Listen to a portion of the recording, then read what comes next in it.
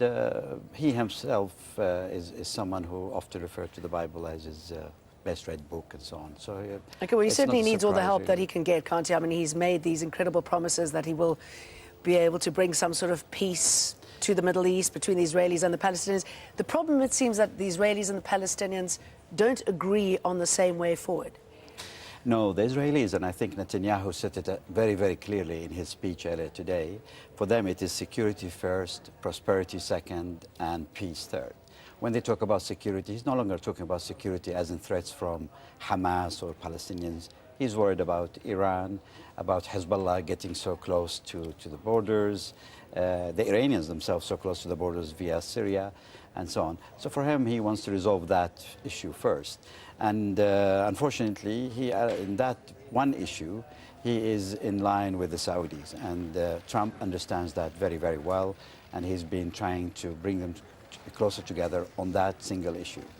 When it comes to prosperity, Israel obviously is talking about greater amount of trade, both with the United States and with Arab states, and they can understand very well what they are able to export to the rest of the world. But having said that, I think it was very interesting in his earlier speech with President Rivlin. President Trump made a passing remark which went unnoticed when he turned to him and he said, look, but I hope we try and balance our trade deficit a little bit. So he is obviously conscious of the fact that Israel, unlike Saudi Arabia, is a drain on American resources. The billions and millions of dollars are going towards Israel. There is very little return directly to America from that. And he would like to amend that a little bit. Yeah, the sort of NATO.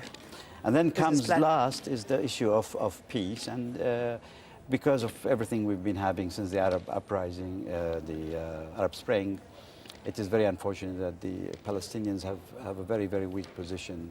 Do you think the Israelis took it badly that he went to Saudi Arabia first? Do you think there was a message there, a statement?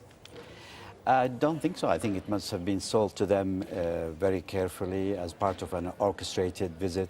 He himself, Trump, refers to it as his first visit, and he included a number of key stops, including one later on with NATO. So it's not, sorry, with the G7.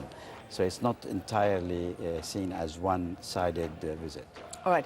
So we've got different outcomes, desires for the Israelis and the Palestinians. They all say they want peace.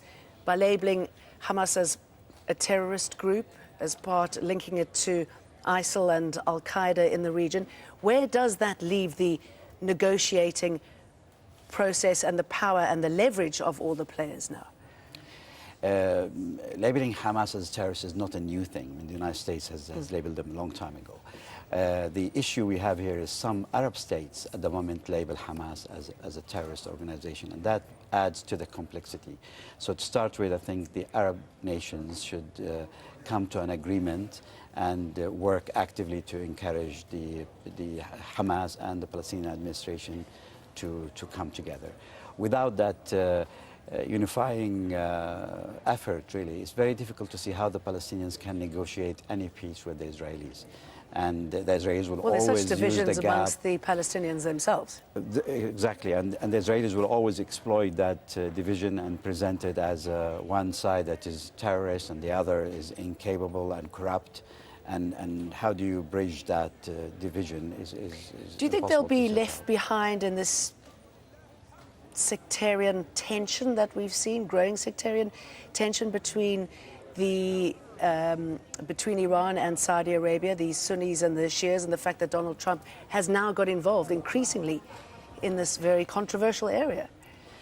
I think they will, but also Iran will continue to try and exploit the division as well. Iran supports Hamas to some extent, and they do so specifically to show the rest of the world that they're not sectarian, that they are supporting a movement that is fundamentally Sunni Islam.